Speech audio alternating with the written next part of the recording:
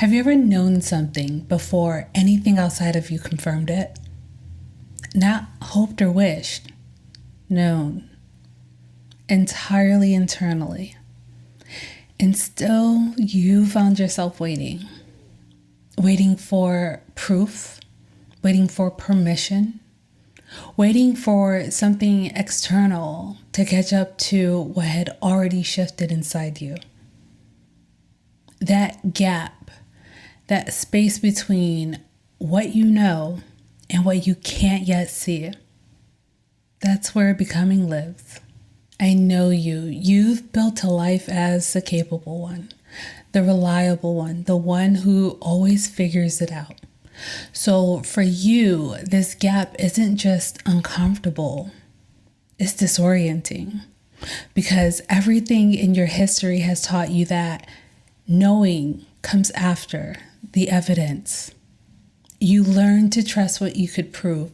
You learned to move when the path was visible. That's what you were taught, but it was never the whole truth. I want you to think back to something you chose before you had proof it would work, before anyone else could see what you saw, or to a moment you knew something was over before you'd allowed yourself to admit it. Or maybe you think about that quiet whisper that's been following you, the one that's been saying there's so much more of you to become, the one you've been talking yourself out of ever since. You knew. You've always known. And that knowing didn't arrive as evidence, yet something in you recognized it. And then everything you were taught told you to wait for the proof. But here's what that waiting actually does.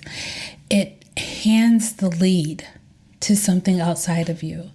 It gives the authority to circumstances.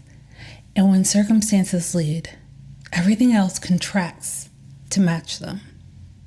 And I want to pause here for a moment because a part of you already knows this. What I'm about to say isn't new information. I'm just giving words to it. None of us had to be taught that circumstances shape us. It was never a lesson. It was life reinforcing itself over and over. Every time proof preceded trust and you waited for the relationship before you saw yourself as chosen. Every time results preceded worth and you waited for the promotion before you saw yourself as capable. Every time the external world got the final word and you waited for someone else to name what you already knew. It simply just was. But there's another sequence entirely, one that begins not with what's happening around you, but with who you're becoming within, your identity. And it was always meant to lead. And this awareness, that's where your authority begins. It's where you remember who you are.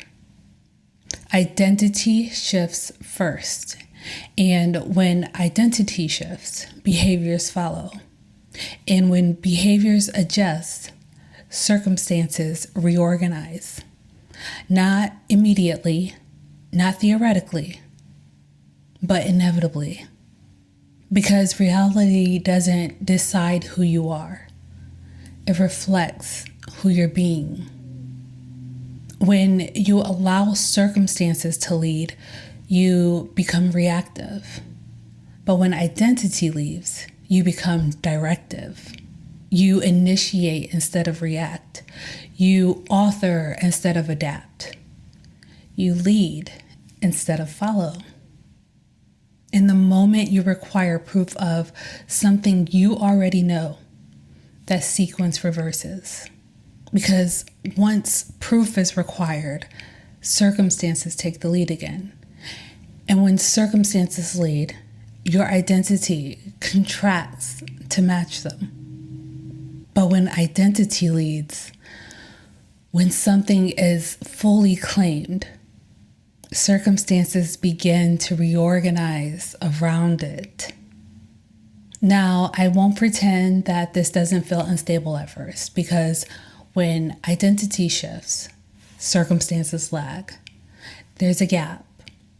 And within that gap, fear may surface, not as a warning, but as an echo of an old identity reacting to a decision that it no longer controls. This fear doesn't mean you are wrong.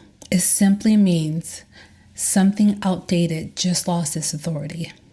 This is the threshold, and thresholds can feel intense because something old is losing ground while something new is taking root. But this is where it moves from decision to embodiment. This is where you stand in who you are becoming long enough for that surge of fear to pass without stepping backward into it, long enough for your body to come into alignment with what you've decided. You don't identify with the fear. You don't renegotiate what you've claimed. You let the truth of your decision be your anchor. You remain the woman who decided. And that's what makes the shift irreversible. The moment you stop asking the world who you're allowed to be, and you decide it. Not from urgency, not from fear, but as her, the woman of your dreams. She doesn't wait for conditions to confirm her.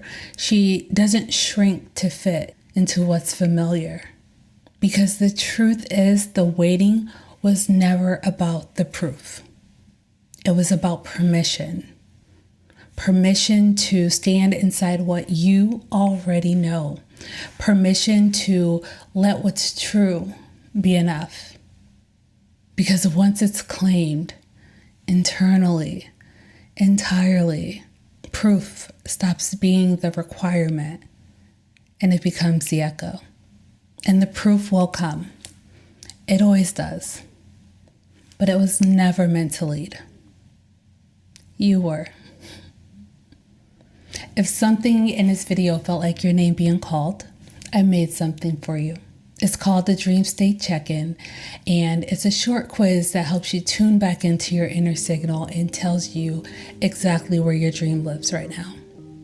I will leave the link below. I'm so grateful to have spent this time with you today. I'll see you next time.